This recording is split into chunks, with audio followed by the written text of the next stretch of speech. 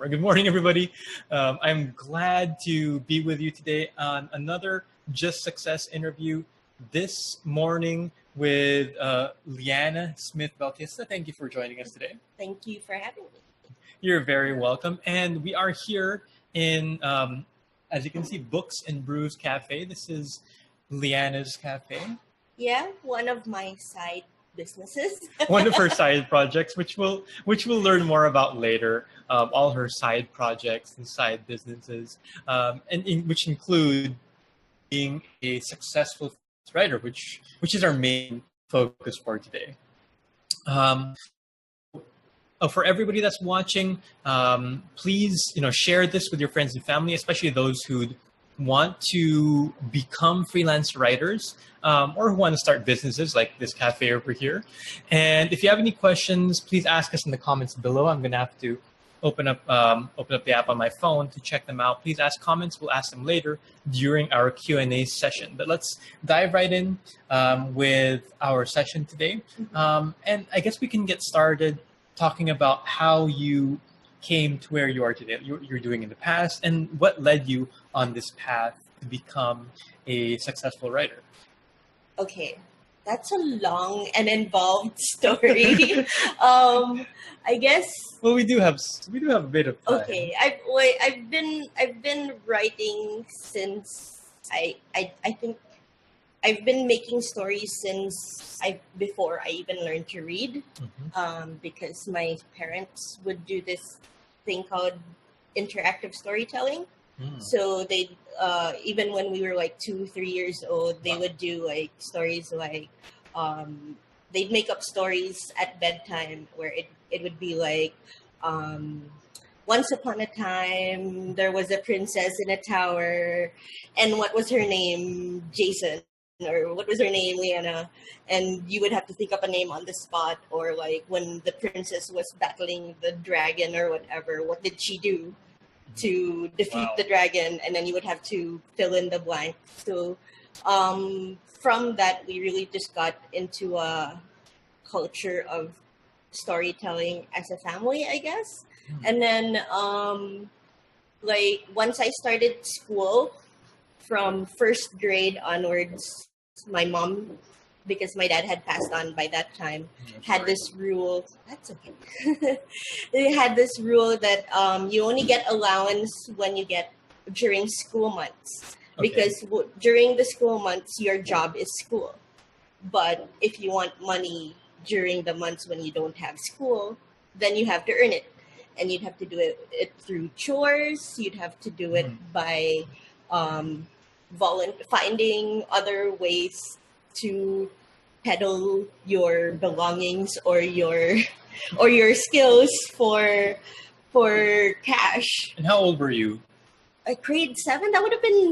I probably would have been like 7 years old, 6 or 7 years old. Wow. So back then we had a computer, and not everybody had a computer at home. So, I would offer to type stuff up on WordStar for my mom or my tita. At 7 years old. Yeah, like okay, the WordStar stuff maybe at like 8 or 9. Still, that's but very like young. At 7 years old, I would sell fruits because my lolo is from Cebu, and at the time we were living in Manila, and my lolo had a mango farm, and he would send us these baskets of fruit, of mangoes. Of Cebu mangoes. They're the best mangoes. Yeah, and then at the time we were living across the street from the British school in Manila. So I would set up a table. I would, with my little brother, we would do the kid. And then we would sell all these moms hooking up their kids from the British school mangoes from Cebu. And as you know, our mangoes are like really good. So I got repeat customers. So I would know that every 3 o'clock, 4 o'clock, I would set up my table and I could get rid of my mangoes for the day. Wow. So we were always selling those things, and then later I learned to write stuff, and sometimes I would I realized that like later that a lot of my titos and titas were just humoring me because they would be like, "Oh, write me a story or write me something sweet about your cousin or something." But like from then I would, I would charge like 5 pesos or 10 pesos at the time for like a paragraph about my cousin or something. And then 5 pesos for a paragraph, like I think that's okay. and then like later when we started having family businesses, like we put up a internet cafe, and so during summers and after school I would stay at the internet cafe, and if there were any transcription jobs or data entry jobs that needed to be done in high school, that I was the person who did that. Or for the internet cafe. Yeah, for the internet cafe. So like we would get these people who, because this was like late 90s, and then like it wasn't like older people tended to not be as technologically like it's true now, but like older people are on Facebook now, so Yeah. but back then they didn't really know how to use like Microsoft Word or whatever then. So I would type up their I got like a steady client who would send emails to his family in England, but he was based here, but he didn't know how, like he could only do the one finger typing. So it took him forever. And since I knew how to touch type, like he would happily just bring his letters to his family and then have me type them up, and in 30 minutes or so they would be ready to go. So you started, so going back a little bit, you were trained by your mom as early, well, you were trained in creative thinking, I'd say, as early as 2 years old. Yeah, and also in like, I guess, entrepreneurial thinking, like if I can say to bugao my skills to anybody who's willing to pay for it, just because I wanted to buy, like, because that was what funded my book fund during the summer. Wow. So, like, I was such a nerd. I was always reading books, and, like, I read really fast. So I would always run out of books. And usually 1 month into summer vacation, I had run out of books. And you couldn't go to school and borrow from the library because school was closed. So I would use my freelancing to fund my book fund. So later, I guess the first time I got a job that was not for family or for my mom's friends was during college, around end of first year, beginning of second year. So you're like 17? Around 18, yeah. 18. Like 18, 19, and I started that because I was a member of, back in the day when forums were really the rage. Yeah. And before Facebook. Yeah. So I was part of an online writing forum, and then we would do what we called round robin writing. So each person takes a turn at a story, and then you don't get to write again until somebody has the same story or different story? The same story. Oh. So I had a friend from there, and I was helping her with her GeoCities page. GeoCities. Yes, I was helping her populate her GeoCities writer page. So, like, I guess this is me dating myself.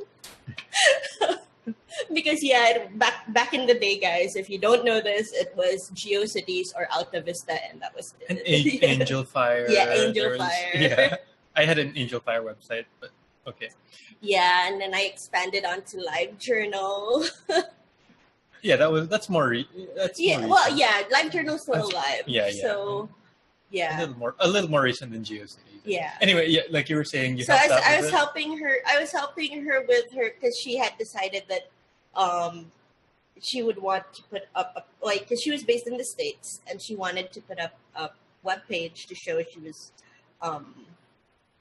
in with the times as a writer, so that she could, because back then internet content was not what it is today. Oh, yeah. And so she, like, one day she, like I was angsting to her because I had fallen in love with Neil Gaiman, and I wanted to buy the entire Sandman graphic novel collection, which was at that time around 2,200 pesos to 2,500 Per per novel. volume, and there were 10 volumes plus extra not in the sequence volume. There were about maybe 4 or 5 books at the time that were not even part of the Part of 10, the 10 but they were series, yeah. additional content. And I wanted to buy all of them. So I was looking for ways to earn money. And then just so happened that friend of mine poked me, and she was like, I've got a client who is looking for a lot of content. And I'm like, what is it? And she's like, okay, sorry if there are young people watching this, but So if there are kids, yes, you might but wanna... but yeah, it was writing fantasy erotica, and like smutty fantasy erotica. And you were 18. I was like 18, 19. Okay. Like, yeah, I don't know if I'm allowed to say this, but still a virgin then. And like, guys, you want me to write about sex? And my writer friend was like, they don't care. Just write it, and they'll give you a brief of what the sex should be like. Just watch a lot of hentai, and you'll be fine. Okay. But at the time, it paid really well because the peso was down. So they were willing to pay me something like $10 per story, and I could crank out a story in about an afternoon. So that was so they agreed to pay me that, and there was a complicated at that time, like, I don't know if there was PayPal then, but I didn't know that there was PayPal then. Yeah, so it was pretty new. So like we had this complicated thing of like they would pay my friend, and then my friend who was friends with some other friends would get the money to me somehow. They send you a check or... Yeah. So like she would wait for it to pile up, and then she would send me like a bulk of like okay, at that time she would I think when the first couple, she would send me like Christmas cards or birthday cards, and she would stick the money in the cash. Yeah, she would pay me dollars in cash, and she would send it, and it would take like 3 months to get from the States to the Philippines. Yeah. And like she would put it in the form of a greeting card, because that way the paper was thicker and it wasn't so obvious that you were well, I thought it wasn't so obvious that you were sending cash anyway. I didn't get any, like, I never got my cash stolen, so I guess it worked at the time. And so yeah, I started writing a bunch of smut. It makes good money. It's still until today. Yeah, it makes good money until today. I mean,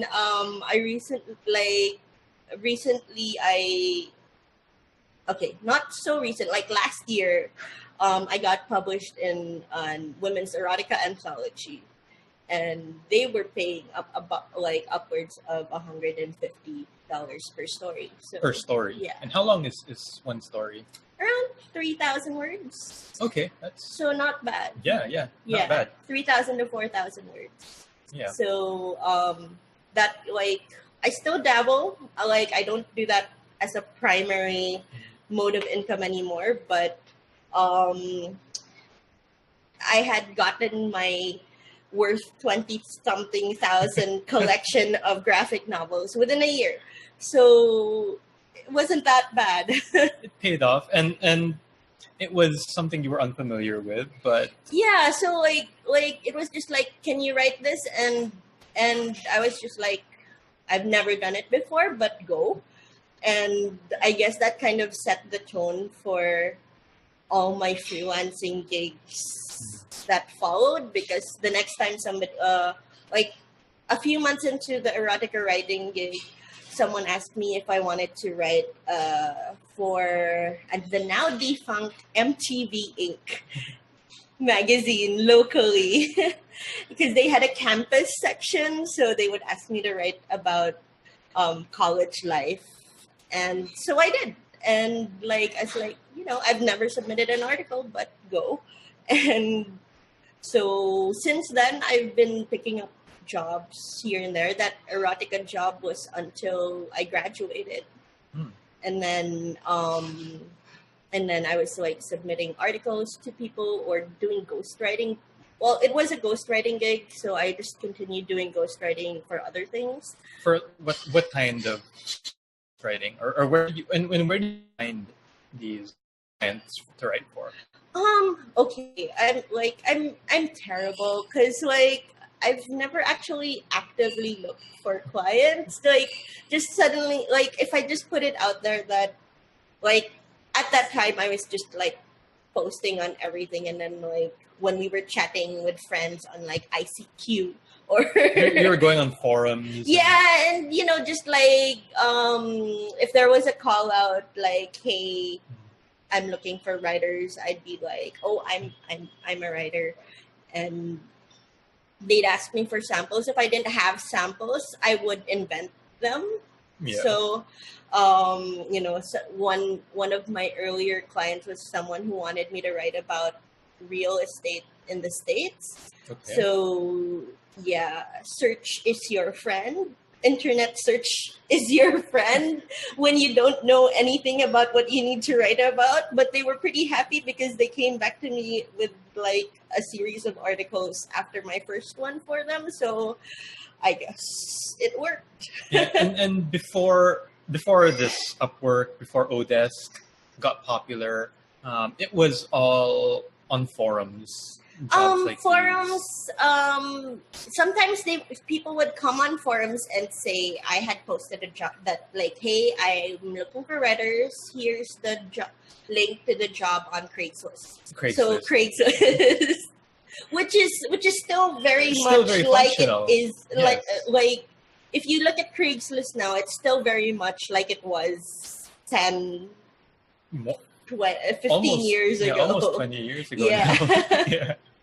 So yeah, Craigslist. So then they'd have the details about the job there, and then you just email and say, okay, I'm interested, and then you'd send your samples or invent your samples and go from there. And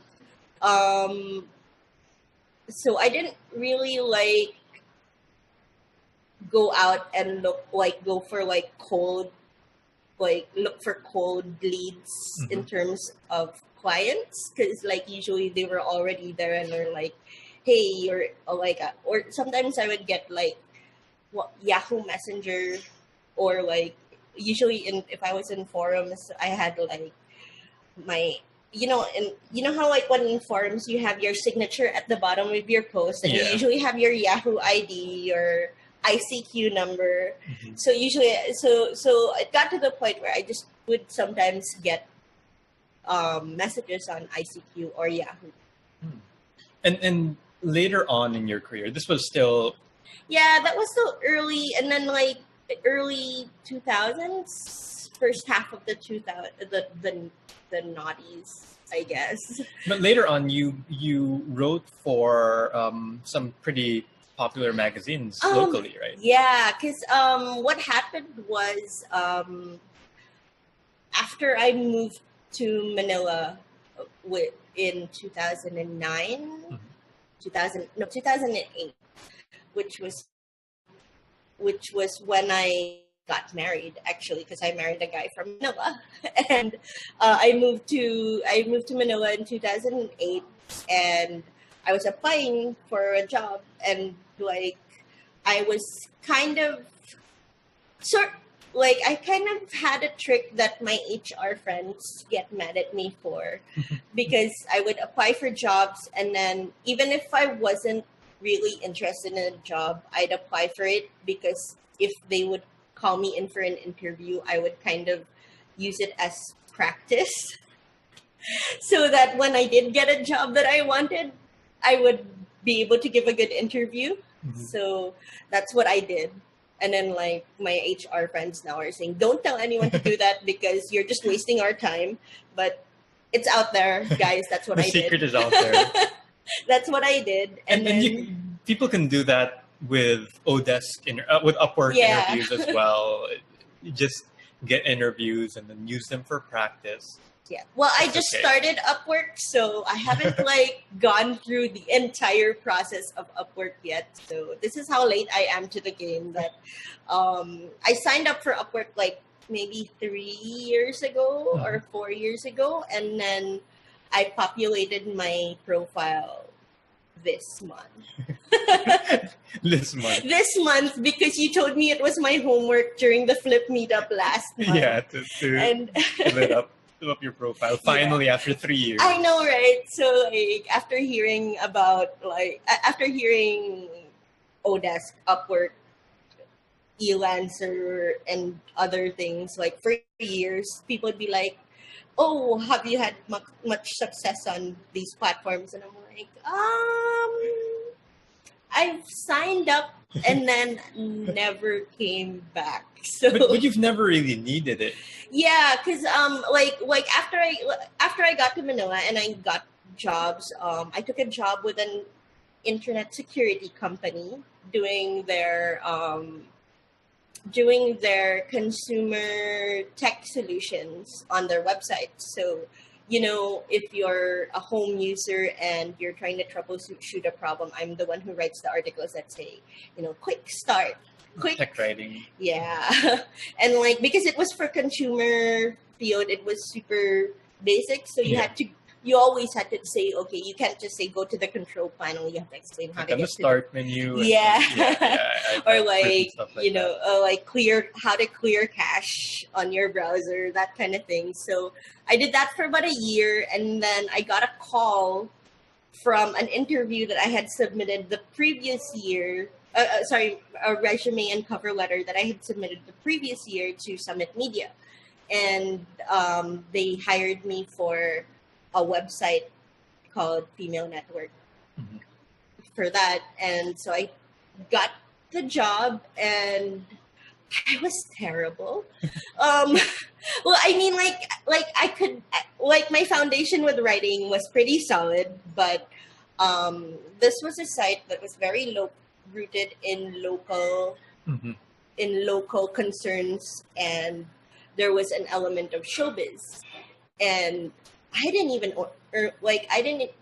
own a TV. I still don't own a TV, and so like I remember first writing assignments was my boss slops a press release on my table, and she says, I need you to write about Tweety, write a story about Tweety, and I need you to write it by this afternoon. And I said, the Looney Tunes?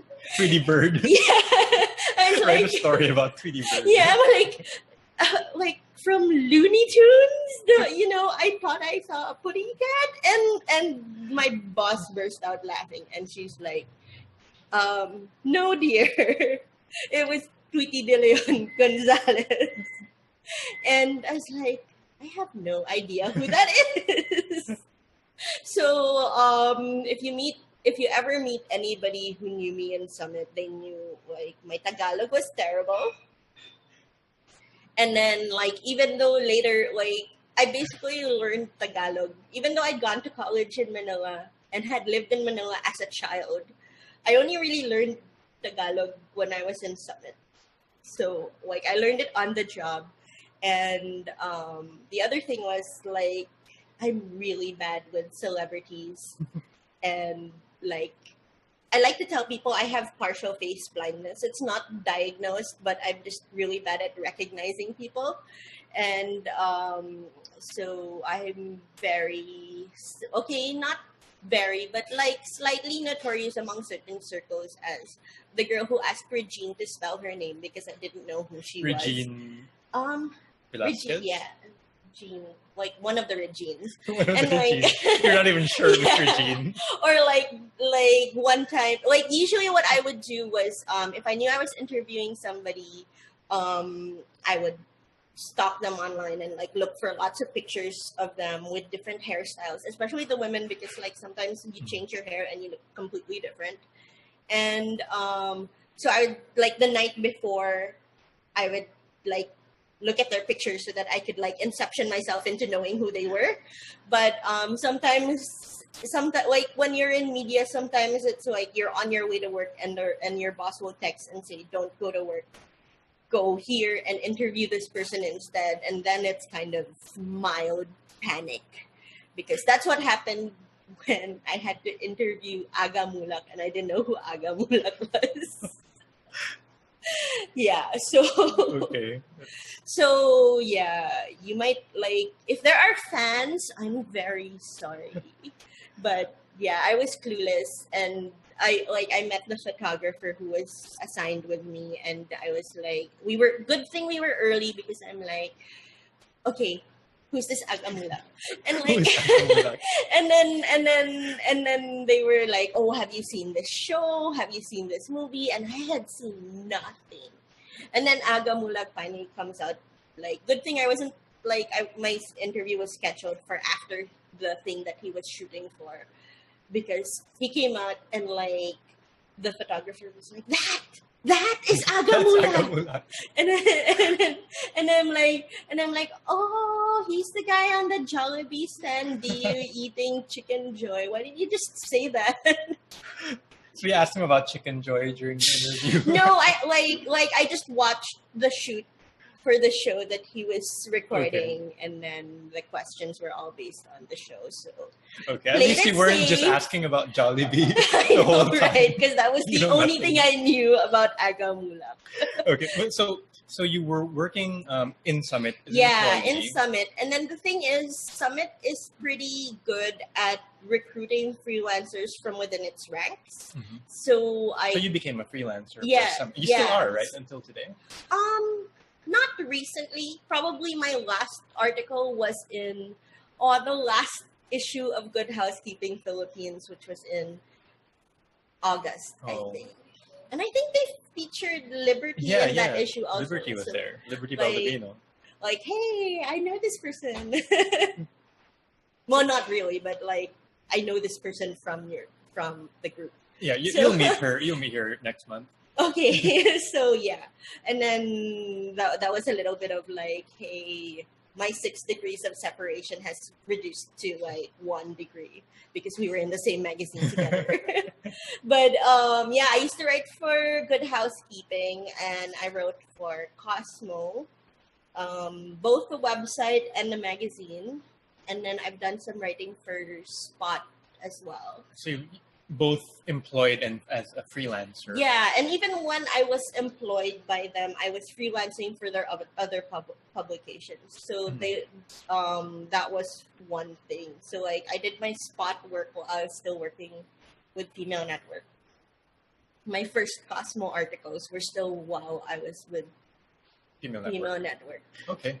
So you have a good amount of experience. Yeah, and like, I think the one thing I took away from Summit was I got a good network of fellow writers and media practitioners. So even when I was out of Summit already, people were asking me, hey, can you write a press release? Or hey, can you write a story? I've done stuff for like, I've had couple of stories in Manila Bulletin, I think, and that kind of thing. So just my like, a lot of writers and editors tend to just crowdsource from their walls. So if you're friends with them on Facebook, they will like, you don't go a month without having an editor friend saying, guys, I need writers for this.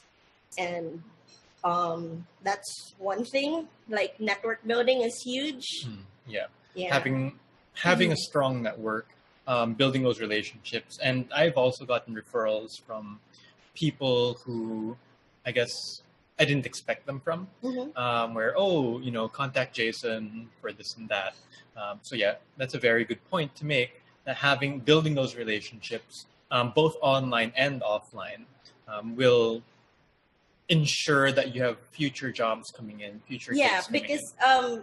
honestly, I'm at a point where I don't need to look for jobs anymore. Although I'm starting it because I'm taking John's freelance movement class. So which you have a module in. Yeah. I have And a lesson you there. you have a course in. So I decided, okay, I'm gonna kind of shift towards actually taking freelancing seriously, and also because now that I've moved to Cebu, a lot of my clients in Manila who require that I pick up my checks from them. Physical checks. Yeah, it's kind of a hassle because I have to, I have to ask a friend and then send an authorization letter, and then if it's late, you have to sometimes get if you forget that you have a check with them, and then it gets to be like 3 or 6 months, and the check goes stale. You have to ask them to reissue the check.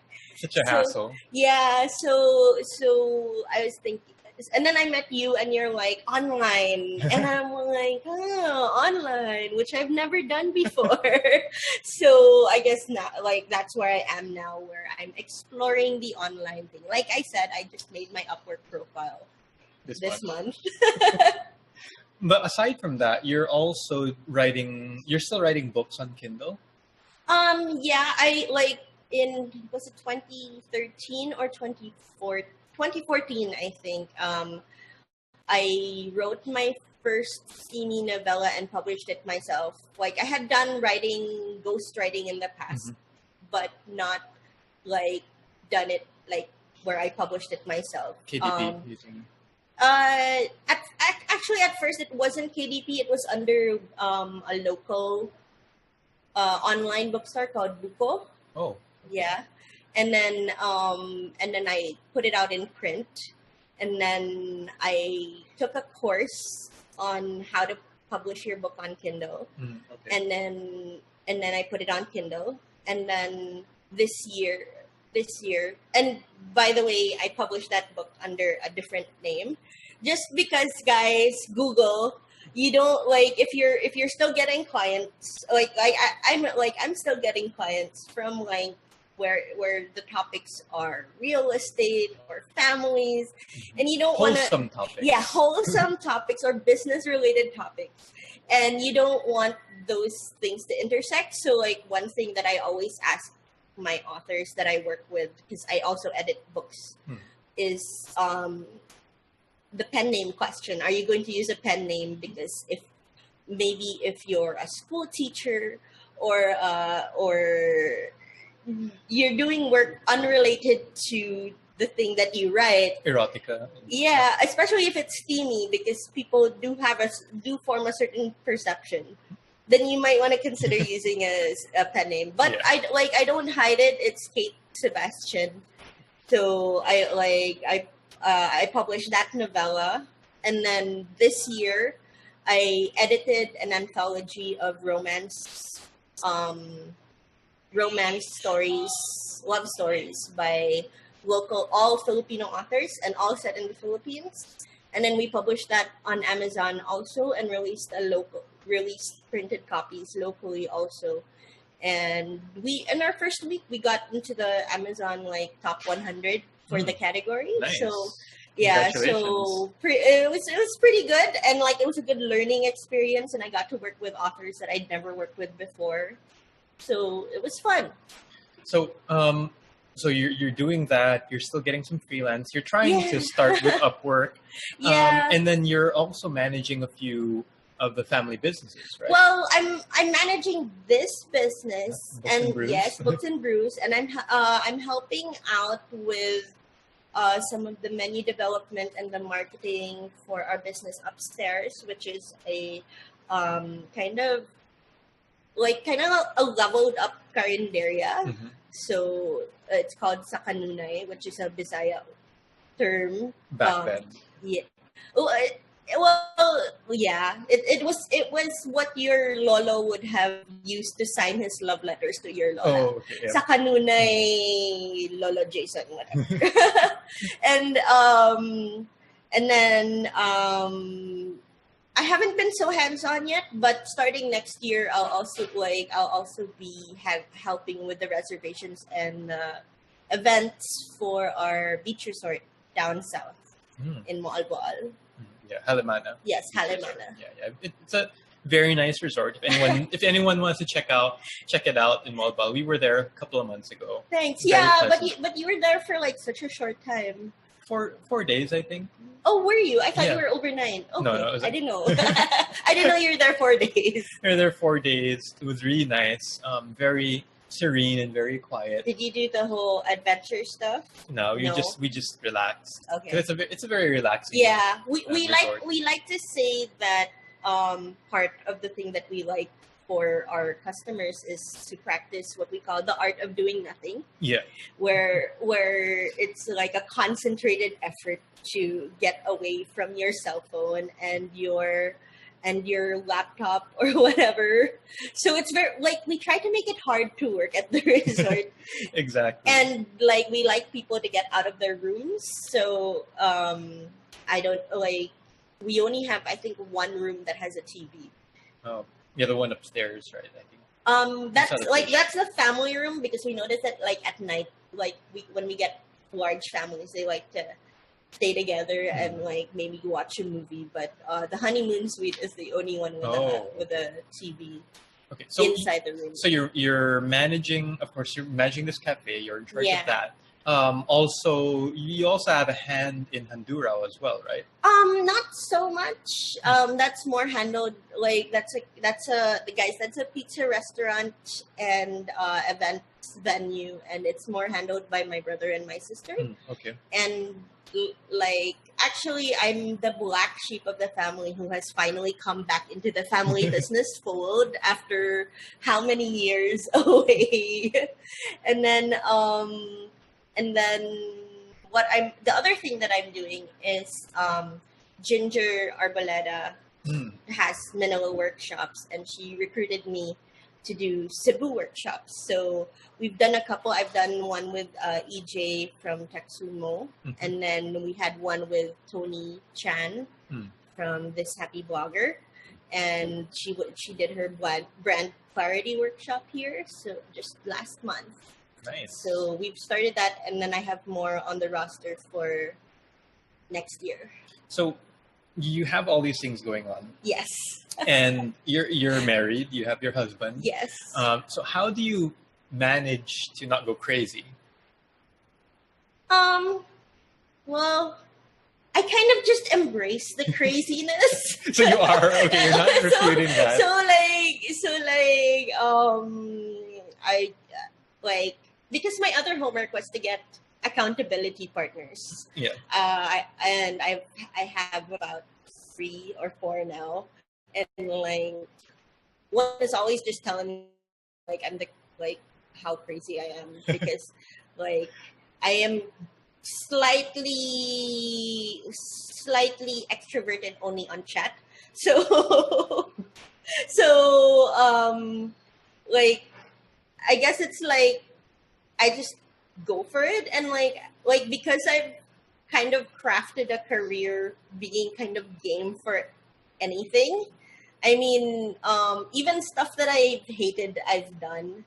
I mean, I've done like I know that some of the jobs that I've had previously, because I've been like a lifestyle editor, and I've been a travel and food editor, which people think is amazing. But guys, when you have like 8 food reviews in a week,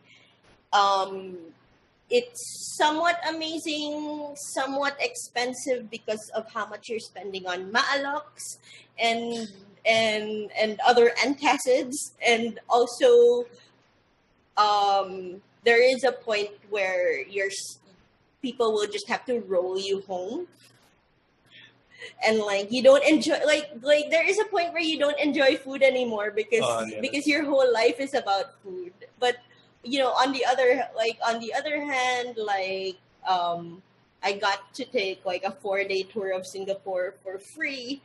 Nice. Just like because they wanted me to write about it, and like I've been offered hotel stays, that kind of thing. So like I think one thing is there are good things, there are bad things, and sometimes the good things for you are not necessarily good things for other people, and sometimes the bad things for you are not necessarily the bad things for other people. So like for example, one assignment I hated was they sent me to Boracay during Labor Day weekend, and they had me do a sequence of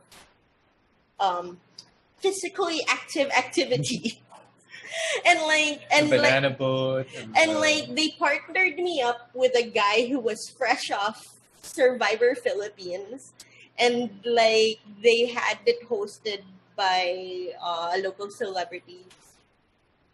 Oh God, here we go again. Bianca Gonzalez. Okay. And like here are like these two like tall, statuesque people, and then like how come I'm the one that they're making like do skimboarding and wall climbing? They stuffed me in a zorb and threw me down a hill, and I was like, guys, understand that I'm not very active.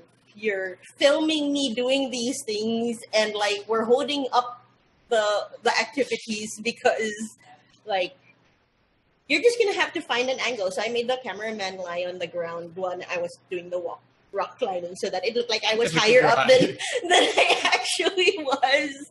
But like I honestly hated it, and I was like, I'm never going back to Boracay again, guys. But that's, I guess, that kind of attitude where you say yes to everything, that's opened a lot of doors for you. Yeah, I'm like, because like I'm that with like I think part of the reason why food editor job was because I'm like that with food also. Like yes to everything. Yeah, try everything. So like there's one where they're like, can we send you to eat some crocodile? And I'm like, okay. And yeah, like I'm not, and so I'm not picky with my food, I'm not picky with assignments. And I think based on this interview and based on me knowing you, a lot of that stems from how you were brought up. I think so. Like, I guess, like, because you're not like. Also, I didn't like. I went to like an international school where learning is very much like, yes, you have classroom learning, but it's kind of also self-driven.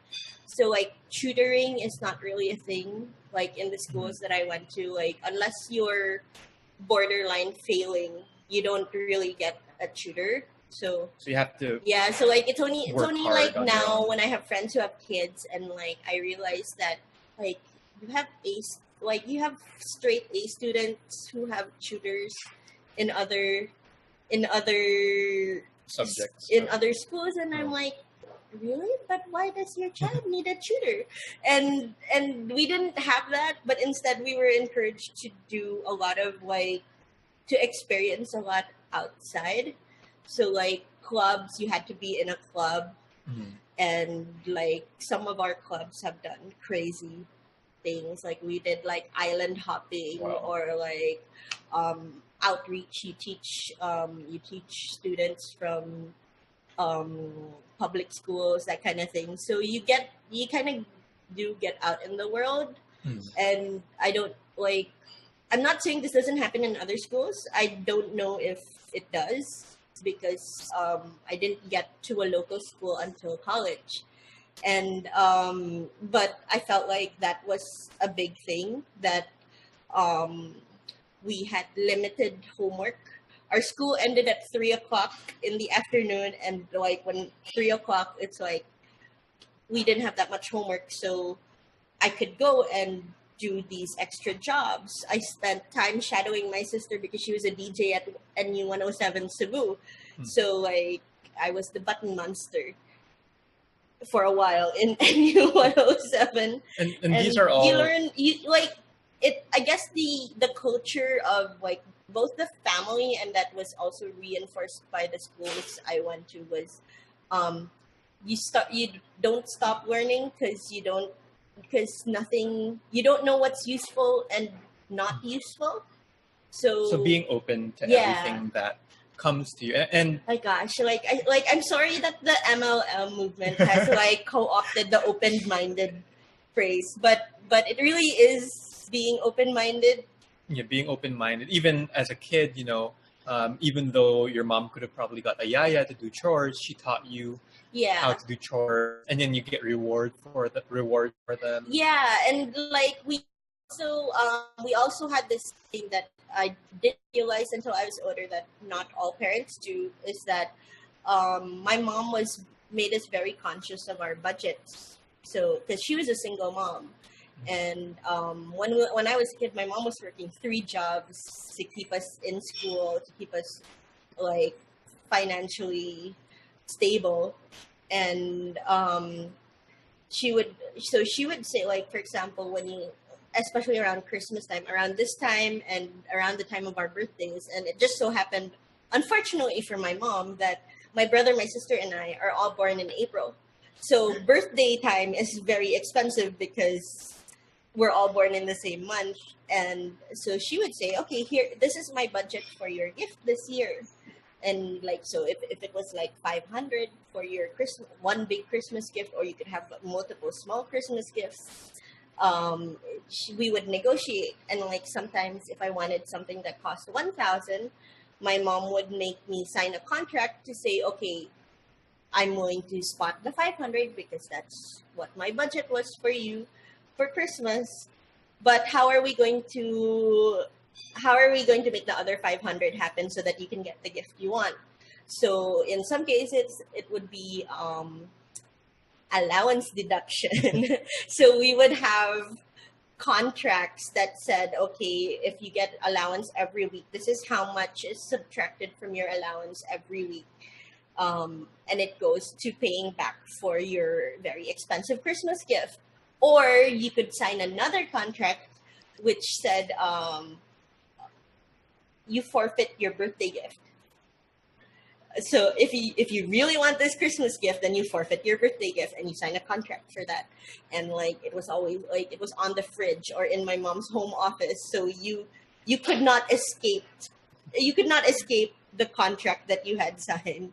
And like, I remember a couple of times when I did the whole paying back from allowance deduction thing, that was because I felt the deduction. That was part of what spurred me on to like earn more. Jobs. Yeah, do extra jobs to earn more.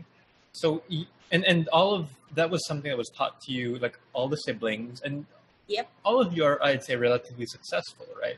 Yep. That with that upbringing, I guess, being taught the value of money at a young age, being taught the value of hard work, and the creative storytelling, the no TV. Yeah, we had this rule that we could watch one TV show a day. Each child could watch one TV show a day, and there was always a chart on the fridge to say what your one TV show was. You could watch 2 TV shows if you shared in what your sibling watched. If you watched the show that your sibling watched, but you could not choose for that sibling.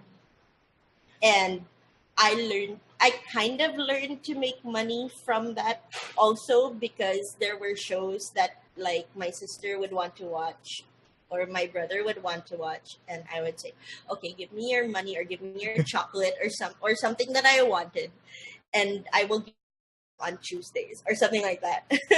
That's a very, very smart way of earning extra money, giving your TV slot. Yeah, so like it was just like, because the constraints were universal, I guess, like for at least in our family. You kind of learn to work around things, and you kind of learn to problem solve. Okay, how much, and you learn to prioritize, because how much do I want to watch this TV versus eat my sister's chocolate, and so priorities and discipline. Were lessons that you guys learned at a young age. Yeah. So yeah, that's I see that a lot of that contributes to where you are right now. Yeah, I think it helps. I don't know, like obviously, like when it's done in your family and it's done the whole time you're growing up, you don't necessarily know until you talk to other people what other people's upbringings are like. But I think one thing was really from a young age we had that idea that if you work for others, then you're earning money for other people. But if you work for yourself, then you're then at least the money that you get is, or the effort that you put in, the rewards will go to you and your family. So that's a great lesson to teach. Yeah. And we're going to go to the comments sure. in a bit. But for those of you watching, if you have any questions, please let us know in the comments. If you think that this is valuable, I think this is very valuable to those that want to become aspiring authors, those that want to venture into freelancing, especially local. And there are a lot of lessons that, a lot of mothers are watching. So there are a lot of lessons that you can teach your kids at a young age. You can see how Liana is right now. She's successful. And the kind of lessons she learned as a child are probably things that you can teach your kids as well. I'll take note of this when I have a Feel kid free too. to steal my mother's tactics. Okay. Like I think you mentioned in the description for this show that you wanted to touch on how newbie writers can get started on the local market. Oh, yes. Yeah, so I thought I would just, because I've worked with a lot of writers who are just starting out. Mm-hmm. And one thing is most editors will have a pool. Like either it's an Excel file or like a dedicated contact list, which is just their go-to writers. And if you can get on that list, it's ideal. So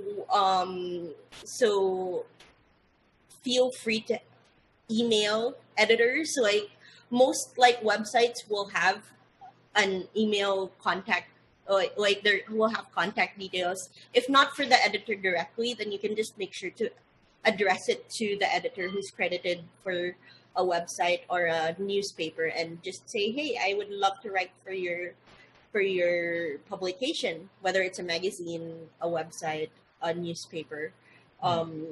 Just reaching out. Yeah, that all goes into a file. And like when we don't have because I've worked on both sides of the spectrum, so I know that when we need more writers, we have that file and we go through it. And a lot of a lot of people tend to be concerned portfolios. The good thing about writing is that if you don't have an existing portfolio, you can make your own. And you don't have to get, if you publish it on your blog, that's considered published. So if you don't have a blog, then you can just write the article, and you can actually say, I've actually done it a couple of times where I've written an article just to show that I had something in that field or related to a certain topic. And then later I turned around and say, by the way, I never published this article. It's for sale. And then somebody would buy it. And it's work that I've already done. And if I charge less for it, then that's fine, because I wasn't going to sell it anyway. So that's something that you can always do. And honestly, just build your network, because I don't go a month without recommending a writer to somebody who needs a writer, for example. So, and I know a lot of other writers and editors who do the same. So, and I've gotten a lot of gigs because I've received that kind of referral. So, just keep building, because it's not a competition. Writers are so in demand right now. And writers, editors, content strategists are just so in demand right now that you're if there's two of us sitting on this couch and we're both writers, there's enough work to go around. And if I'm successful and you're maybe less successful, that doesn't mean that I've taken work away from you. That probably means that if I get to the point where I'm so successful, I have a surplus of work, I will pass it on to you. Yeah, so having that network, having those sample articles that you can peddle if ever you need to. Because decide decide what you want to write about, and then just write about it, whether somebody's buying it or not, if you have the time, because that stuff can be used to build your portfolio or be sold later on. And not only for writing, that also applies in other fields as well, like websites, graphic design. But for writers, you can create. Yeah, like one person I know of who was a graphic artist wanted to get into the book cover creation business. I told him, just put up a website, put up your sample book covers, and then the ones that you haven't sold, the ones that you just invented, just put a generic title and author name, and then just say this cover is for sale. And he actually sold a couple. So that's good advice for any field. Yeah. So it works. Yeah, it definitely works. Yeah, in my experience, don't be afraid of a lack of portfolio, because I feel like if just work on developing your skills, because if you have the skills, then the portfolio is very easy for you to generate. Exactly. So I'm going to the comments here. Yes. Good morning, Anne, Josie, Red, Ethel, Relj, Live Great, Ball. A lot of people saying good morning. Mary, Mikuru, Mile. Yeah. Shirt, face to face. A lot of people like the shirt. Yeah, this is our new flip shirt. This is a new edition, the red edition. I was gonna say, I'm so used to seeing the blue one. The red one is nice. Yeah, we just surprise. got it a couple of days ago, or a week. Yeah, a few days ago, and we're not selling them. They're special editions once again. Yeah, we'll announce how you can get them through contests and other things. Very good childhood. A lot of people are saying GeoCities is dead. What is GeoCities? Yes, what is GeoCities? Oh gosh, that just shows our age. Yeah, I was a baby when. Okay, so it shows my age. I was around. I created a GeoCities website when I was 1 year old. Of course, I'd like to ask samples of work.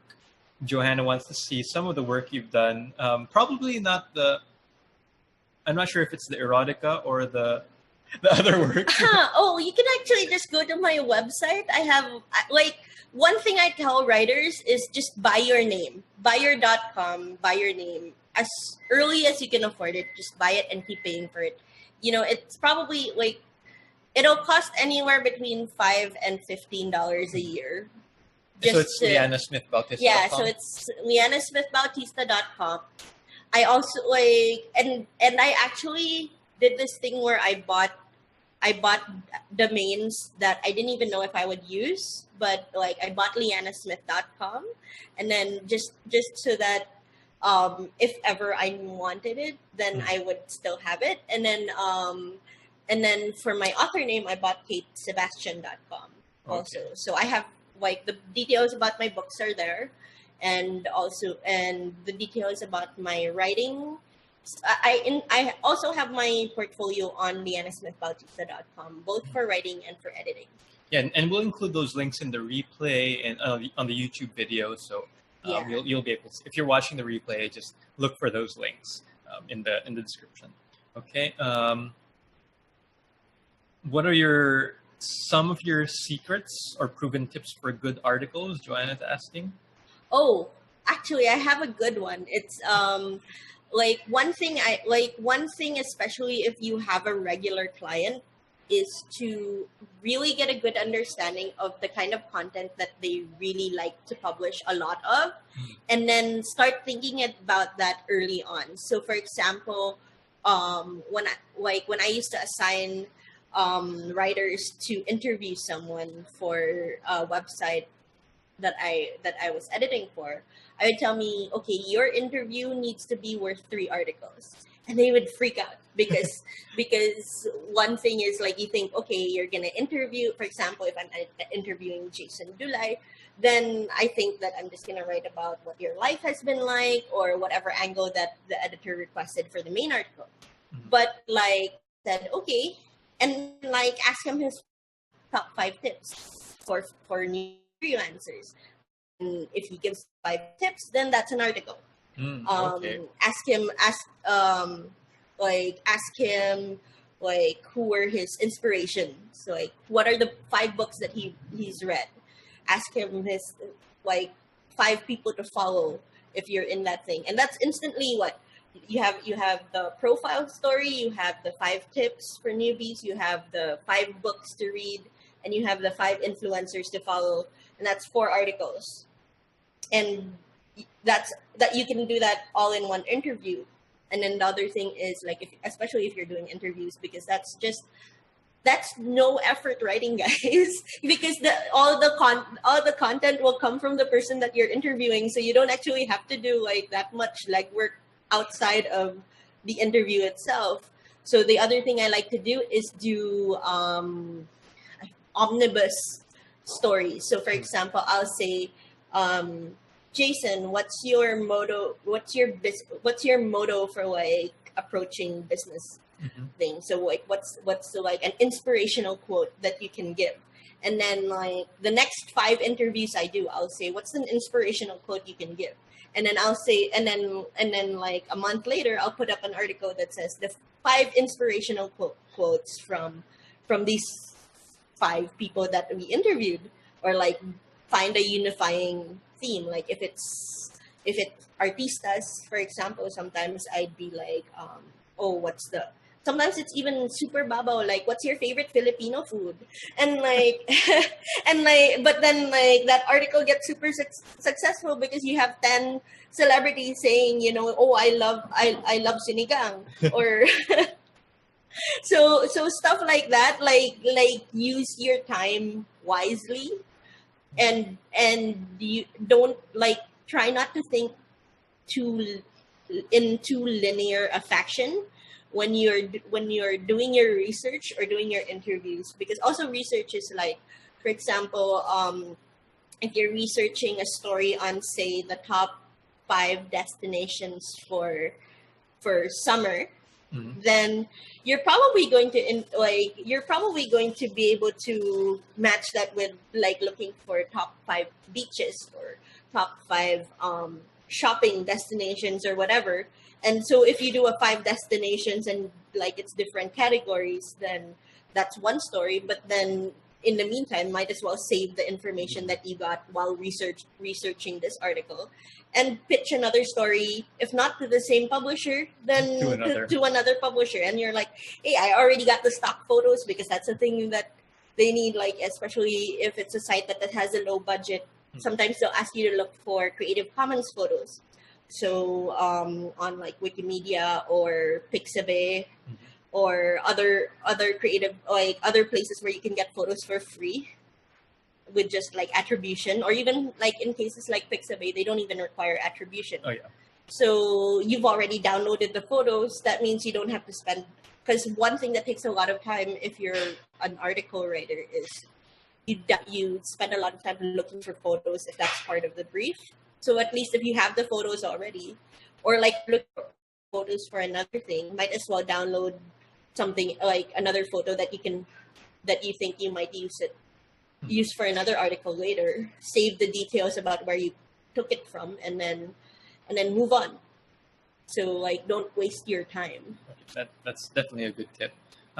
Shin, you already answered this. Advice for newbie writers, and I think the creating your portfolio was a very good tip that can apply to a lot of different fields. And especially like if you're trying to write for a website, then having a blog is already instantly a portfolio. Especially if it's a blog related to the website that you want to write for. Yeah. Instant portfolio right there. Joy Bata, I'm a newbie. I still don't know what to focus on as a VA, but I really want to change career and do VA full time. Check out our free VA course if you haven't enrolled in it, so you can find out more about becoming a virtual assistant. Let's see, watching from Les Marinas. Something's wrong with I followed that by your name. Carla Joyce, she bought Yes, congrats on that. I was bugging her to do it. How do you deal with writer's block? Writer's block? Okay, I come from a school like where there is no writer's block. And like, that's a scary idea, because then you realize that writer's block is just an excuse. But what I always say is just write through it, because even if it's crap, then you can fix crap. Am I allowed to say crap? I already said it, but like, Yeah, okay, we've already crossed that. Yeah, I'm sorry. If it's not good, you can fix it. What you can't fix is nothing. So like, and honestly, like, if you look at any successful writer, they will tell you that you write on the good days and you write on the bad days. I mean, Stephen King says, he writes, he'll write writer's block or no. You get like a lot of famous people where they all give the same advice: just write through it. And if you really just can't write through it, then do things related to writing, like outlining. Like, if you outline when you have your idea, when you're not feeling the writing or you don't know where to start, you can go back to that outline and just fill in the blanks. Because so I used to keep a notebook. Actually, I still keep a notebook where it's just story ideas. So and sometimes it'll be like it'll be inspired by a problem I'm having. So for example, I moved into a condo, and now my husband and I are talking about maybe getting a dog. But what's a dog that would be happy in a condo? So okay, this is an article. Okay, so I'm researching it for myself, but maybe, but I'll probably want to do an article about it, that kind of thing. Or like, I'm having coffee, and like, what are different ways to make your coffee more interesting? Or if, for example, if you're lactose intolerant, what are your options for getting that caffeine fix? For example, like, you can't just like, okay, you could just be Americano all day long, but eventually you'll get jittery, and stuff like that. Like, one thing my husband recently has got me into, which I stopped and which I'm starting again actually next week, is intermittent fasting. So like, I researched that, and like, because I'm doing it for myself, but like, I'm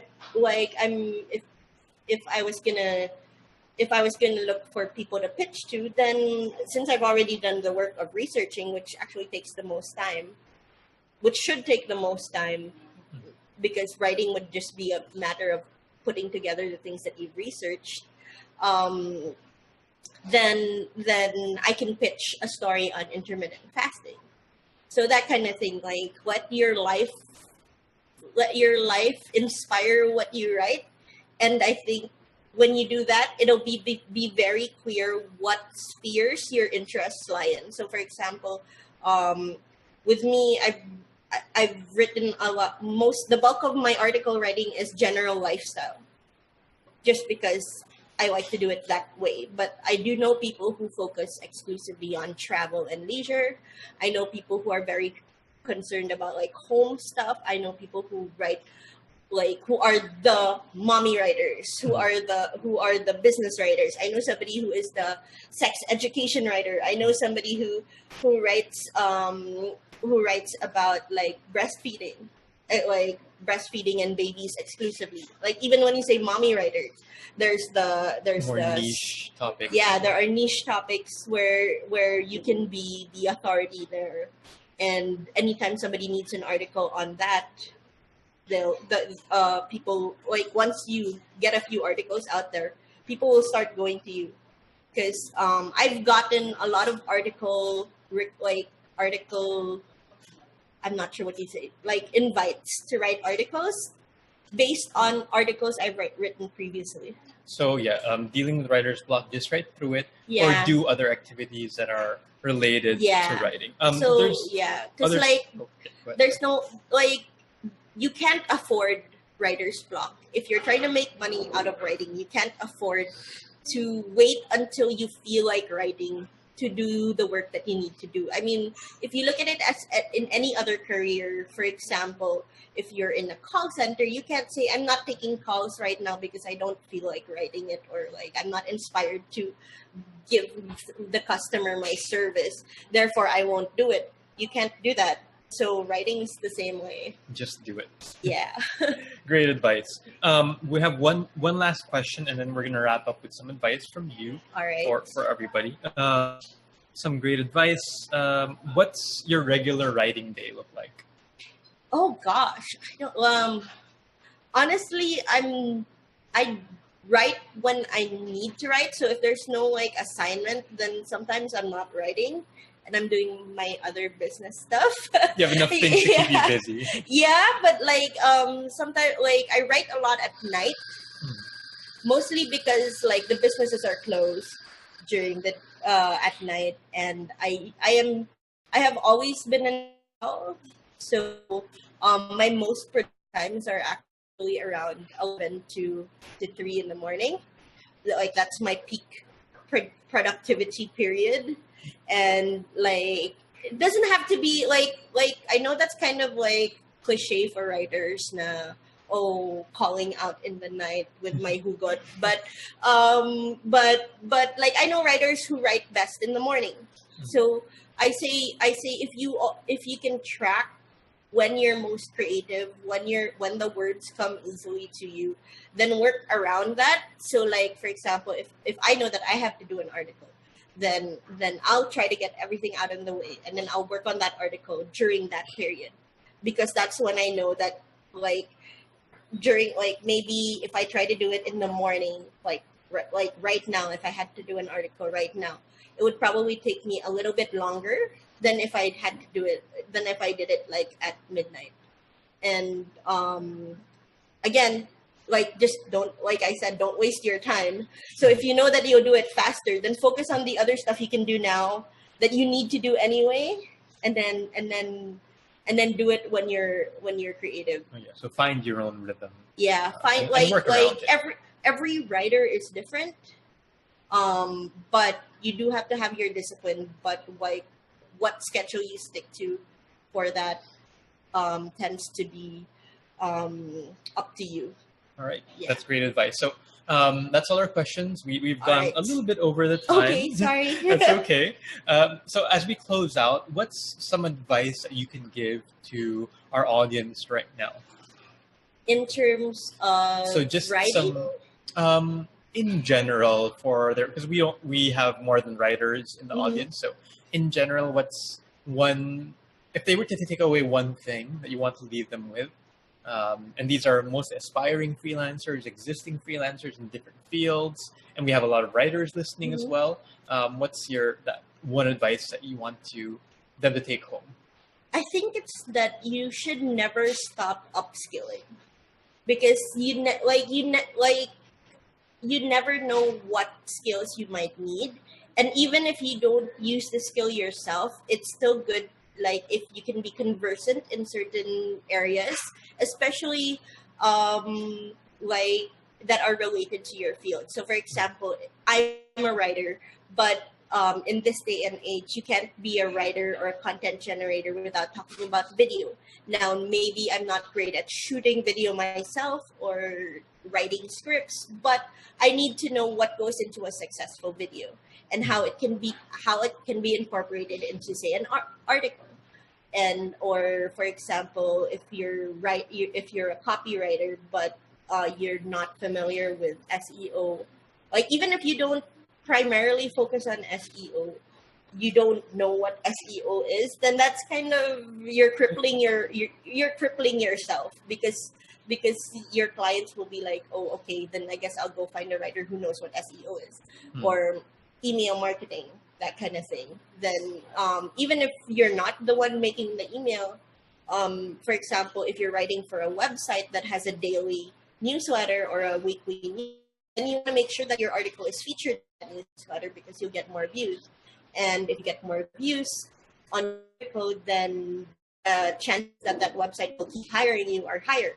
So like, even though it's not a direct 1:1, I learned this skill, therefore I make money from it, you don't know what contributes to it later on. So like, yeah, Definitely just keep learning. That's great advice. Just keep learning, keep upskilling. And I can also personally say I've always kept learning, and that has opened a lot of opportunities for me as well. Well, I want to thank you so much, Liana, for taking this time. I know you're busy. It's a business day for the cafe as well. Thank you, everybody, for staying on. Once again, I would like to ask you to share this interview. If you found anything that's helpful for your family or friends, hit that share button. All right, guys. You guys have a great rest of the day. Bye, guys. Bye, guys.